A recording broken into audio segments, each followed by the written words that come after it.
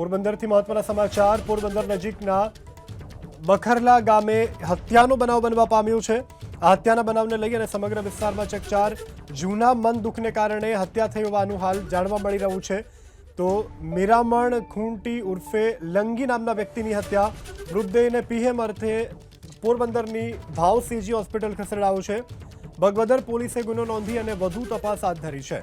તો પોરબંદરની આ ઘટના પોરબંદર નજીકના બખરલા ગામે હત્યા થઈ છે।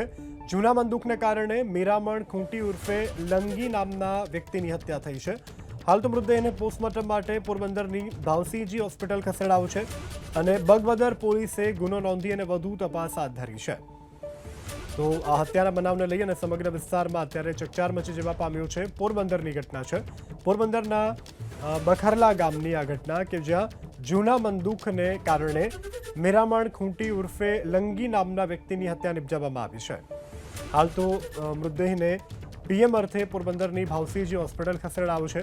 બગવદર પોલીસે ગુનો નોંધી અને વધુ તપાસ હાથ ધરી છે।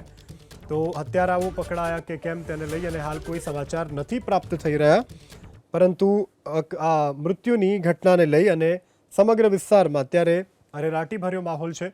જૂના બંદૂકને કારણે આ મૃત્યુ નિપજાવવામાં આવ્યું છે વ્યક્તિનું।